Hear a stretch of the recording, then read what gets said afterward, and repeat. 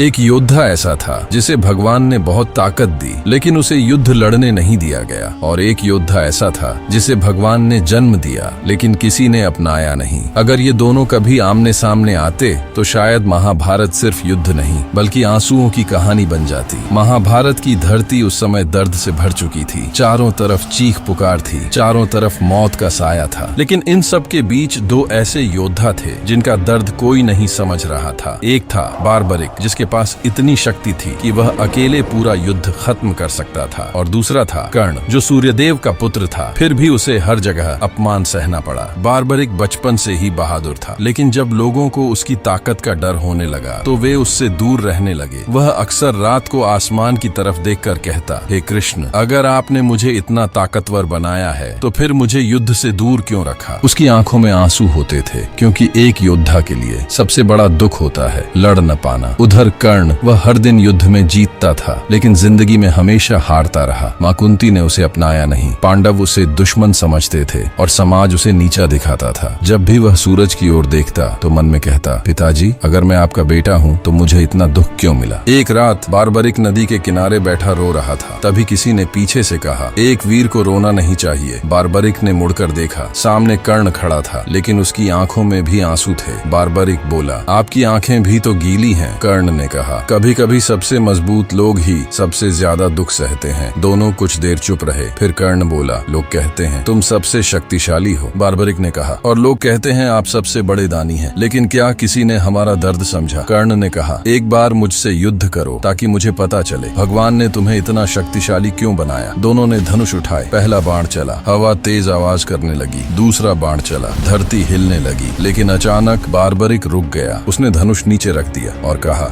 मैं आप पर वार नहीं कर सकता कर्ण। कर्ण गुस्से में बोला, क्यों। बार्बरिक रोते हुए बोला, क्योंकि आपकी आंखों में वही दर्द है जो मेरी आंखों में है। हम दुश्मन नहीं हैं, हम दोनों भगवान की परीक्षा हैं। कर्ण के हाथ कांपने लगे। वह जमीन पर बैठ गया। मैंने पूरी जिंदगी लड़ाई लड़ी, लेकिन आज पहली बार किसी ने मुझे समझा। उसकी आंखों से आंसू बहने लगे। काश मेरी माँ ने मुझे अपनाया होता। बार्बरिक ने उसका हाथ पकड़ा। आप अकेले नहीं हैं, कर्ण बोला। मुझे पता है मैं इस युद्ध में मारा जाऊंगा। बार्बरिक रो पड़ा, और मुझे पता है मैं कभी युद्ध नहीं लड़ पाऊंगा। दोनों दुख के साथ मुस्कुराए। कर्ण बोला, शायद भगवान ने हमें ताकत जीतने के लिए नहीं बल्कि बलिदान के लिए दी है। सूरज निकल आया। कर्ण खड़ा हुआ। अगर अगला जन्म हुआ तो दोस्त बनेंगे, बार्बरिक बोला। उस जन्म में कोई अपमान नहीं होगा। दोनों ने एक दूसरे को गले लगाया। कुछ दिनों बाद कर्ण वीर गति को प्राप्त हुआ और बार्बरिक ने अपना सिर श्री कृष्ण को दान कर दिया। एक योद्धा जो जीत नहीं सका और एक योद्धा जो लड़ नहीं सका, लेकिन दोनों ने इतिहास में अपना नाम अमर कर दिया।